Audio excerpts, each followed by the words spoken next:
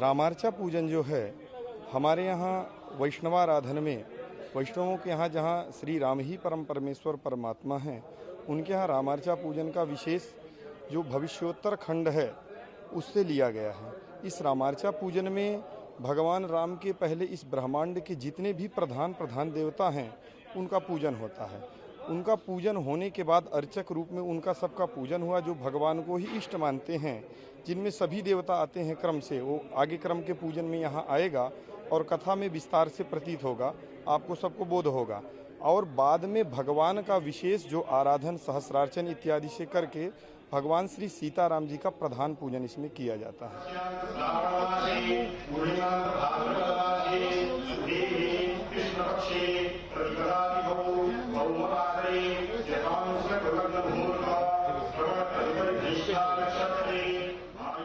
राम जी की बहुत बड़ी कृपा है, बड़ों का आशीर्वाद है कि आज मनुष्य योनि में इतना बड़ा कार्य करने को मिल रहा है।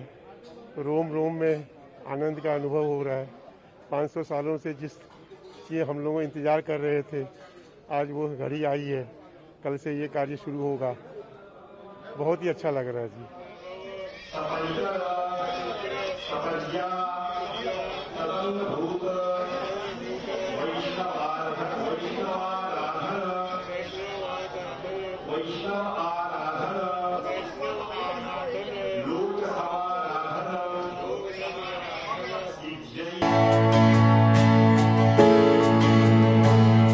काल नेम के ही कारण आया, उबरहि अंत न होए निबाहु, काल नेम जिम रावण राहु। क्या राम भक्तों को इतना ना समझ रहे हैं कि एक तरफ सुंदरकांड हो और दूसरी तरफ कांग्रेस का लंका कांड की तरह ढहाने का कांड हो। जिस पार्टी के राष्ट्रीय अध्यक्ष सोनिया जी ने अभी तक एक शब्द नहीं बोला हो, वो पार्टी श्रेय कैसे लेना चाह रही है।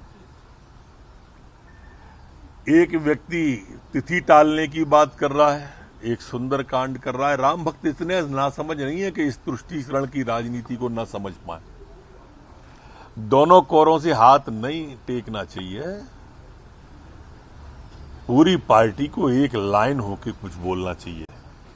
भारतीय जनता पार्टी के एजेंडे में था राम मंदिर, तो था।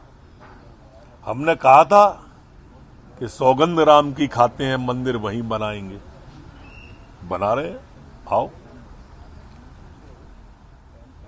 आप तो अपनी नीति स्पष्ट करो। राष्ट्रीय अध्यक्ष क्या है, पूर्व राष्ट्रीय अध्यक्ष क्या कह रहे हैं। आप जो कहते हो वो करते ही नहीं हो, और इसलिए कोई स्वांग नहीं चलेगा। अब जनता के हवाले ही कर दिया है सब। अब सौंप दिया है जीवन का स्वयं भार तुम्हारे हाथों में। आप सबसे प्रार्थना अनलॉक है, व्यापारियों से प्रार्थना अनलॉक है, लेकिन सावधानियां तो आप ही के हाथ में। सरकार के हाथ में जो है सरकार ने कर दिया। वेंटिलेटर फ्री है, ऑक्सीजन फ्री है, बिस्तर फ्री है, अस्पताल फ्री है, दवा फ्री है, पर इस फ्री तक ना आना पड़े, ये तो आपके हाथ में।